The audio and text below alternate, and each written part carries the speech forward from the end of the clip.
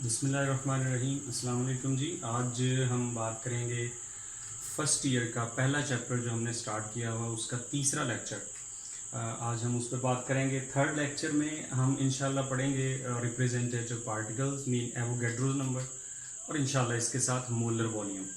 ये actually amounts हैं। हमने लास्ट लेक्चर्स में ये बात डिस्कस की थी कि स्टोइकियोमेट्री जो है वो एक केमिकल इक्वेशन में रिएक्टेंट्स और प्रोडक्ट की अमाउंट का एक रिलेशनशिप है। अब जाहिर है अमाउंट हमने जहाँ तक लास्ट टाइम डिस्कस किया था वो मास था और मोल था। अमाउंट आपकी मास में भी गिवन हो सकती है, मोल में भी गिवन हो सकती है, लेकिन इसके साथ साथ आपको नंबर ऑफ पार्टिकल्स भी पूछे जा सकते हैं और इसके साथ वॉल्यूम भी पूछा जा सकता है इन केस ऑफ गैसेस। ये सारी चीज़ें नंबर ऑफ पार्टिकल्स हो या वॉल्यूम हो या मास हो, ये सारी चीज़ें डायरेक्टली या इनडायरेक्टली मोल्स के साथ ज़रूर लिंक करती हैं।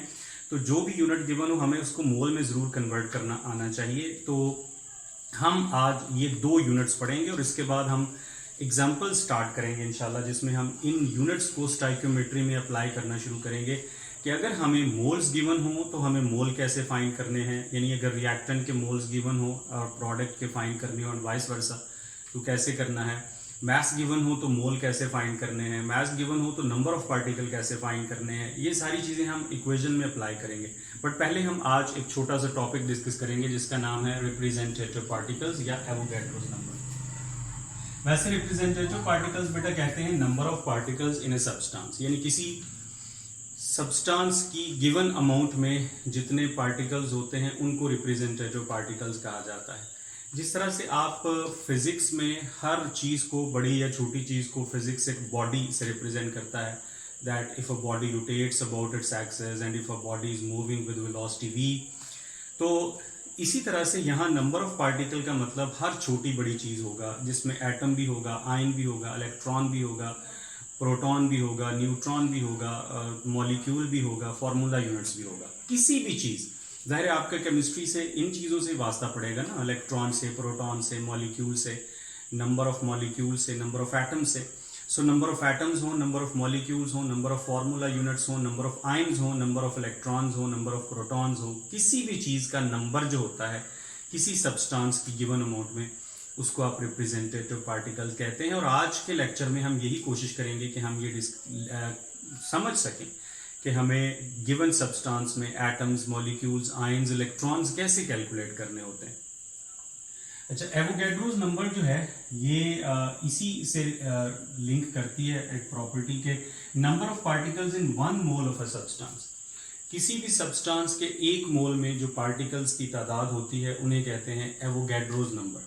याद रखिएगा बेटे, ये नंबर जो है ये एवोगैड्रोस ने ड्राइव नहीं किया था, एवोगैड्रो ने कैलकुलेट नहीं किया था, ठीक है। लॉशमिथ ने ये नंबर ड्राइव किया था, बट इसने हेल्प ली थी एवोगैड्रोस लॉ से। एवोगैड्रोस लॉ ये था कि किसी भी अगर डिफरेंट गैसेस हैं उनका टेम्परेचर, प्रेशर सेम है तो उनके नंबर ऑफ मॉलिक्यूल्स भी सेम होंगे।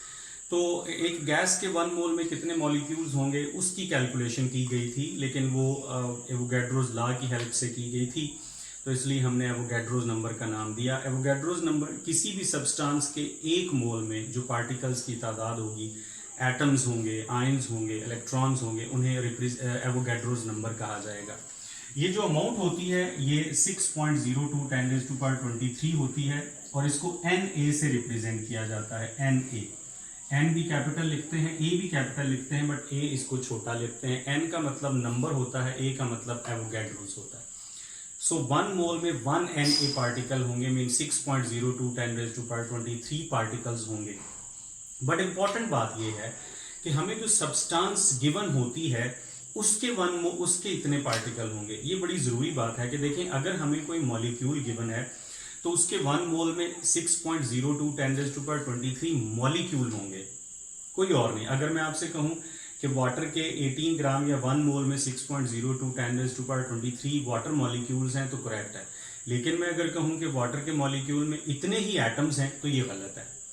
तो देखना हमें ये पड़ेगा कि हमें जो सब्सटेंस गिवन है वो क्या है, वो आयन है, वो फार्मूला यूनिट है, वो मॉलिक्यूल है, और फिर उसके अंदर हमें किस चीज़ की तादाद पूछी गई है, ये बहुत ज़रूरी होता है देखना, ठीक है। अब इसकी कुछ एग्जांपल्स हमने लिखी है कि कार्बन के 12 ग्राम में 1 मोल होता है, अगर 1 मोल है तो इतने क्या होंगे, एटम्स होंगे, क्योंकि कार्बन एटम है, वाटर एक मॉलिक्यूल है, वाटर के 18 ग्राम में इतने ही पार्टिकल्स होंगे, लेकिन वो मॉलिक्यूल्स होंगे।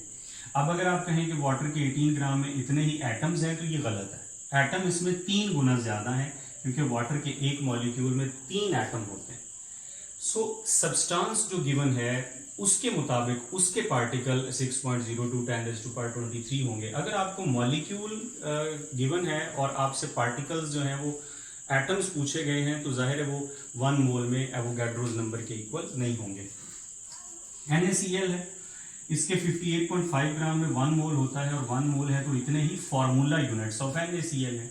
लेकिन अगर मैं कहूं कि 58.5 ग्राम NaCl में आयंस कितने हैं, आयंस तो NaCl में कितने आयंस हैं, 2 आयन है ना, एक सोडियम एक क्लोराइड, तो ये 2 गुना ज्यादा होंगे। सो इंपॉर्टेंट चीज इसमें ये होती है कि हमें गिवन क्या है और हमें पूछा क्या गया है, ये बड़ी जरूरी बात होती है। बहरहाल ये एवोगैड्रोस नंबर 1 मोल से रिलेट करता है। जाहिर है मोल्स का ताल्लुक मैस से होता है, तो इसका मैस से भी रिलेशनशिप जो है वो बन जाता है। पार्टिकल्स को फाइंड करने का, चाहे वो एटम्स हो, मॉलिक्यूल्स हो, आयन हो, एटम इलेक्ट्रॉन हो, जो भी हो, डायरेक्ट आप एक फॉर्मूला अप्लाई करके नंबर ऑफ पार्टिकल्स फाइंड कर सकते हैं। देखें फॉर्मूला क्या होगा, आपको मोल्स गिवन होंगे, आपने मोल्स जो हैं वो आपने गिवन होंगे वो आपने लिखने, मल्टीप्लाई करना है एवोगैड्रोस नंबर से 6.02 10⁻23 मल्टीप्लाइड बाय। अब ये फॉर्मूला काफी है, यहां तक फॉर्मूला काफी है अगर आपको जो सब्सटेंस गिवन है उसी के पार्टिकल गिवन पूछे गए। मतलब आपको मॉलिक्यूल गिवन है, मॉलिक्यूल का मास गिवन है और नंबर ऑफ मॉलिक्यूल पूछे गए हैं, तो ये फॉर्मूला यहां तक काफी है। एटम का मास गिवन है और नंबर ऑफ एटम्स पूछे गए हैं, तो ये फॉर्मूला काफी है। लेकिन नोट ये कीजिएगा बेटे कि अगर आपको मास या मोल्स किसी और चीज के गिवन है और आपसे पूछा कुछ और गया है, फॉर एग्जांपल आपको मास दिया गया है या मोल्स दिए गए हैं मॉलिक्यूल के, और आपसे पूछे एटम्स गए हैं, मॉलिक्यूल्स नहीं पूछे गए, तो आपको फिर आगे मल्टीप्लाई करना पड़ेगा। किससे मल्टीप्लाई करना पड़ेगा, number of particles in given substance. आपकी जो गिवन सब्सटेंस है, आपका जो अगर मॉलिक्यूल गिवन है, अगर फॉर्मूला यूनिट गिवन है, तो उसमें से वो चीज आपने देखनी है कि कितनी दफा मौजूद है, कितनी मौजूद है जिसको पूछा गया है।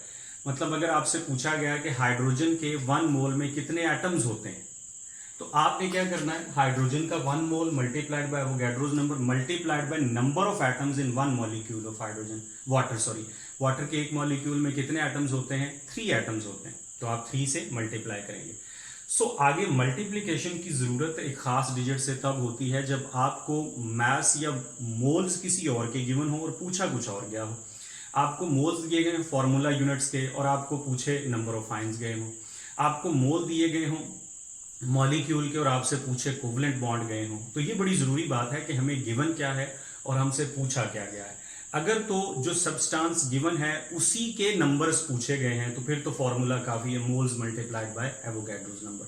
बट अगर गिवन कुछ और चीज है, मास किसी और चीज का गिवन है और उसमें से आगे कोई और चीज पूछेगी, जैसे ग्लूकोज के 1 मोल में कितने कार्बन एटम्स होंगे। अब देखें गिवन आपको ग्लूकोज के मोल्स हैं, लेकिन पूछे ग्लूकोज के मॉलिक्यूल नहीं गए, पूछे आपसे कार्बन एटम्स गए हैं, तो फिर आपको देखना पड़ेगा कि ग्लूकोज के 1 मॉलिक्यूल में कितने कार्बन होते हैं और उससे आगे मल्टीप्लाई करना पड़ेगा।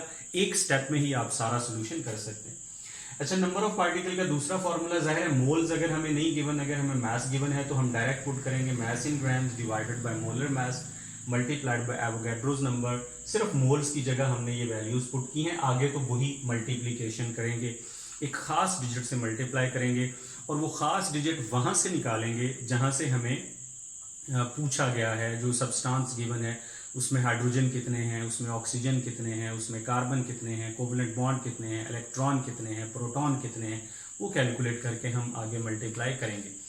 अच्छा, ये फॉर्मूला जहन में रखिएगा। एक्सरसाइज का एक क्वेश्चन है, शॉर्ट क्वेश्चन है, और वो क्वेश्चन ये है कि वाटर का H2SO4 का 1 मोल सोडियम हाइड्रोक्साइड के 2 मोल से रिएक्शन करता है, जिससे 2 मोल आगे वाटर बनता है और सोडियम सल्फेट बनता है। ये तो उसने बताया हुआ है कि सल्फ्यूरिक एसिड का 1 मोल सोडियम हाइड्रोक्साइड के 2 मोल से रिएक्ट करता है। आपने इक्वेशन लिखनी है, आगे वो कहता है कि आप इसी अमाउंट को एवोगैड्रोस नंबर में रिप्रेजेंट करें। ये जो अमाउंट उसने दी है वो मोल्स में है, आप उसको एवोगैड्रोस नंबर में बताएं कि कितने कितने पार्टिकल्स एक्चुअली यहाँ रिएक्शन कर रहे हैं। तो देखें H2SO4 का कोफिशिएंट है, इसलिए हमने कहा कि 1 मोल यानी इसके 6.02 10⁻23 मॉलिक्यूल्स। H2SO4 क्या है? मॉलिक्यूल है। कोवलेंट कंपाउंड्स मॉलिक्यूल होते हैं। तो अब हम एवोगैड्रोस नंबर में जब लिखेंगे तो ये नहीं कहेंगे कि 1 mole of sulphuric acid react, हम कहेंगे 6.02 10⁻23 molecules of H2SO4 react with, इसका कोफिशिएंट क्या है? 2।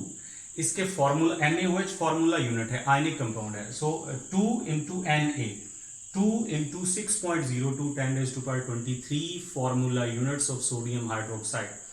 1 mole यानी 6.02 10⁻23 formula molecules of sulphuric acid react with 2 into Avogadro's number of formula units of NaOH to form.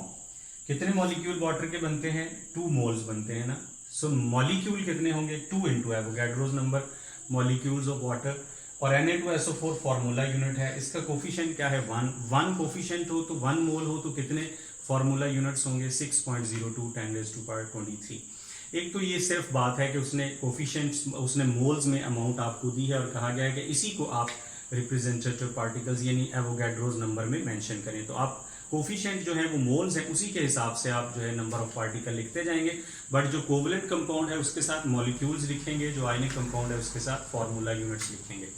अब ऊपर जो फॉर्मूला लिखा है उससे रिलेटेड मैं कुछ एग्जांपल्स आपके साथ शेयर करता हूं। देखिए, पहला सवाल मैंने ये लिखा है कि आप कैलकुलेट कीजिए number of molecules in 9 gram of ice. जब आप क्वेश्चन सॉल्व करें तो दो चीजों पे खास तौर पे गौर करें कि आपको जो चीज गिवन है, जिसका मास या वॉल्यूम या मोल्स गिवन है, वो क्या है? मॉलिक्यूल है। और आपको जो पूछा गया है वो क्या है? जो गिवन है वो क्या है? आइस क्या होता है? आइस वाटर को ही कहते हैं ना, वाटर की जो है वो फ्रीज्ड फॉर्म को कहते हैं। सो आइस मॉलिक्यूल है।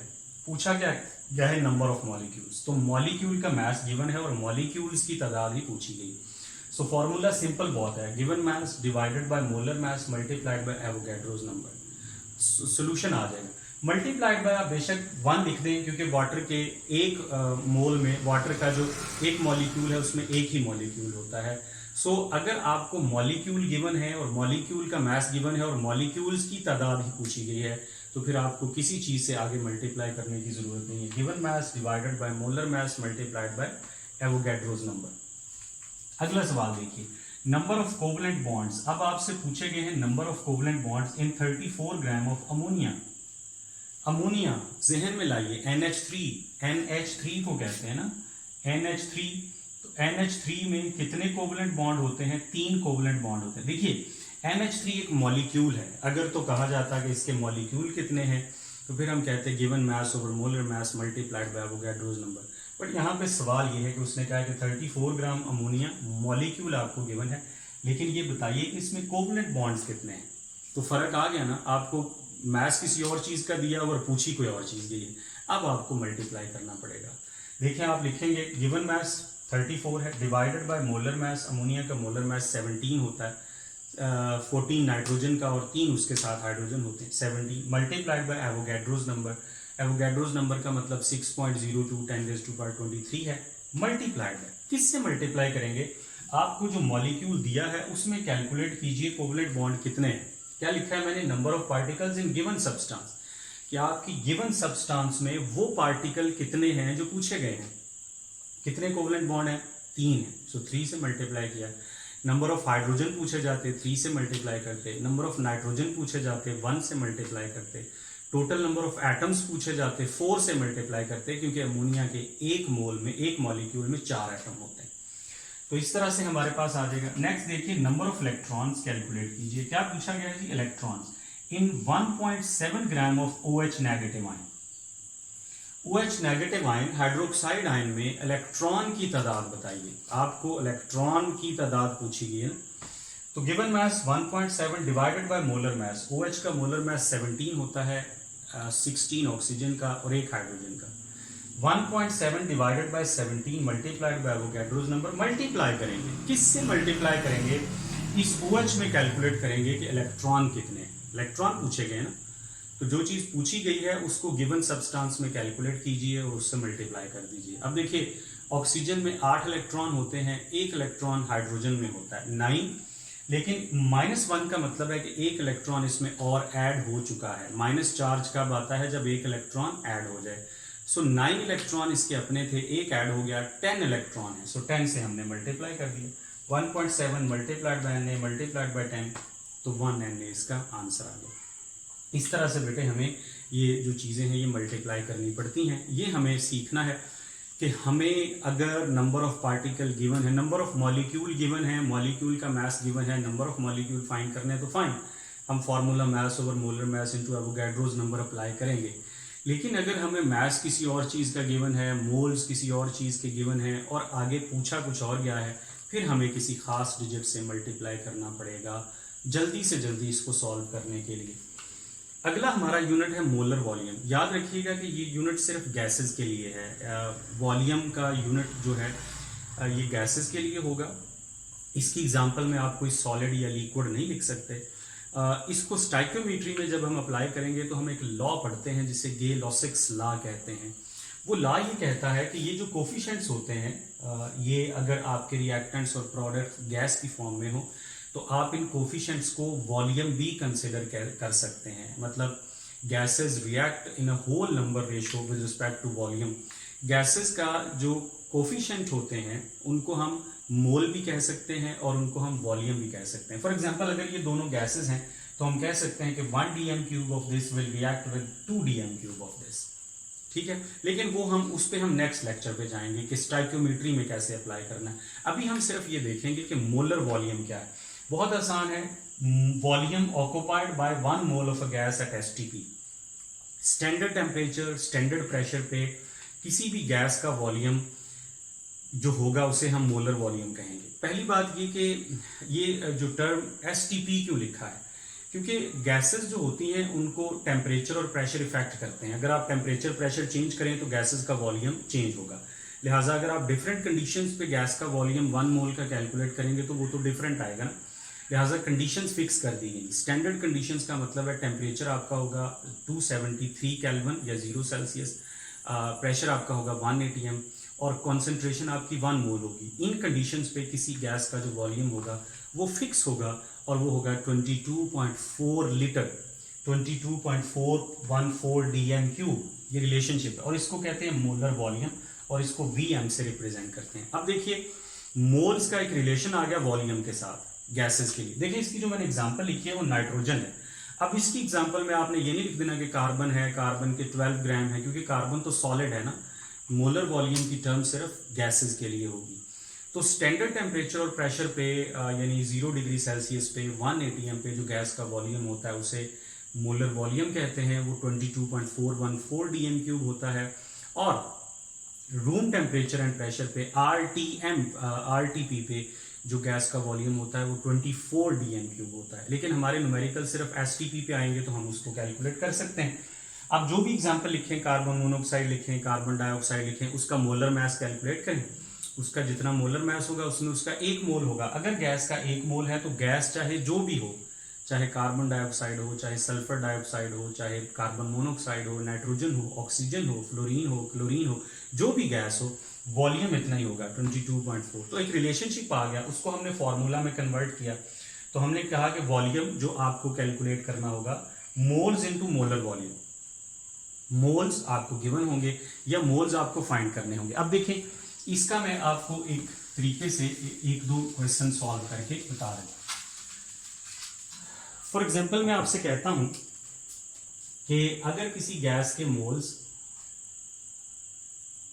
2.5 हो तो उसका वॉल्यूम कितना होगा। किसी भी गैस का मोल्स गिवन है तो आप क्या लिखेंगे, 2.5 मल्टीप्लाइड बाय 22.414 dm³। ठीक है, अब आपको कहा जाता है कि किसी गैस का वॉल्यूम जो है वो आपको दिया गया है और वो फर्ज कीजिए कि आपको दिया गया है 2.24 dm³। आप ये बताइए कि उसके मोल्स कितने होंगे। वही फॉर्मूला बेटे अप्लाई करेंगे तो मोल्स होगा given volume divided by molar volume. तो 2.24 डिवाइडेड बाय 22.4 0.1 मोल आ जाएगा। तो अगर तो आपको मोल्स गिवन है और नंबर ऑफ वॉल्यूम फाइंड करना है या वॉल्यूम गिवन है मोल फाइंड करने हैं तो फिर आपको गैस की नेचर जानने की या गैस का मोलर मास जानने की ज़रूरत नहीं। लेकिन अगर आपको मास गिवन है, देखिए एक्सरसाइज में एक सवाल है, एक्सरसाइज का मैं ये क्वेश्चन डिस्कस करने लगा हूँ। एक्सरसाइज में ये क्वेश्चन एमसीक्यूज में गिवन है, ठीक है, आप लोग देखिएगा बुक से। उसमें वो कहता है कि गैस है जी, सल्फर डाइऑक्साइड गैस है, नाम उसने बता दिया, ठीक है बेटा। इसका उसने कहा है कि वॉल्यूम है आपके पास 500 सेंटीमीटर क्यूब, ठीक है बेटे। इसका मास कैलकुलेट कीजिए कि 500 सेंटीमीटर क्यूब में, ये देखिए हमने ये भी फार्मूला बनाया हुआ है, वॉल्यूम इज इक्वल टू, ये फार्मूला है, इससे वॉल्यूम का हर सवाल सॉल्व होगा। Given mass multiplied by molar mass into molar volume. देखिए पहले तो आप इसको डीएम क्यूब में चेंज कर लीजिए, वॉल्यूम को लाजमी करना है। सेंटीमीटर क्यूब को 1000 पे डिवाइड करें तो डीएम क्यूब आ जाते हैं। सेंटीमीटर क्यूब का मतलब मिलीलीटर होता है, डीएम क्यूब का मतलब लीटर होता है। तो 500 डिवाइडेड बाय 1000, 0.5 डीएम क्यूब, ये आपके पास आ जाता है वॉल्यूम, गिवन वॉल्यूम, ठीक है बेटे। मास आपको फाइंड करना है, तो फॉर्मूला है given volume is equal to mass over molar mass multiplied by molar volume. अब आपको ये चीज़ फाइंड करनी है, इक्वेशन को रीअरेंज कीजिए तो मास किसके इक्वल होगा, मास होगा जी volume multiplied by molar volume divided by molar mass, sorry multiplied by molar mass divided by molar volume, ये आपका होगा। अब आपने वॉल्यूम कितना है जी 0.5 dm cube, molar mass SO2 का कितना है, सल्फर का 32, ऑक्सीजन का 16 इंटू 2 32, तो मोलर मास इसका 64 डीएम क्यूब है। लिहाजा 0.5 divided by 64 multiplied by 64 molar volume, ये तो फिक्स अमाउंट होती है 22.414 डीएम क्यूब। तो इस तरह से आप अगर इसका सोल्यूशन करेंगे तो ये 1.425 ग्राम आ जाएगा। इस तरह से देखिए हमने 1.427 ग्राम कैलकुलेट करके आंसर, ये दूसरा या तीसरा एमसीक्यू है एक्सरसाइज का। अगर आप ये दो फॉर्मूले जानते हैं, आपको सिर्फ ये समझ आ जाती है कि हमें मोल्स गिवन है, वॉल्यूम से रिलेटेड जो भी न्यूमेरिकल होगा यहाँ से आप उसको सॉल्व करेंगे। ये फॉर्मूला बुक में नहीं लिखा हुआ, आपको खुद से याद करना है। आप हाफ मोल का वॉल्यूम कैलकुलेट कर सकते हैं, 10 मोल का, 50 मोल का, 100 मोल का, 5 ग्राम का, 10 ग्राम का, 100 ग्राम का। तो नेक्स्ट लेक्चर में आप इससे रिलेटेड, अब आप न्यूमेरिकल आप इसको समझिए, बुक से देखिए, एक्सरसाइज से कीजिए। नेक्स्ट लेक्चर में हम इंशाल्लाह इन सारे यूनिट्स को, मोल्स को, नंबर ऑफ पार्टिकल्स को और मोलर वॉल्यूम को अप्लाई करना सीखेंगे केमिकल इक्वेशन में, ठीक है। स्टाइकियोमेट्री इनके बारे में स्टडी करेंगे। थैंक यू जी, अल्लाह हाफिज़।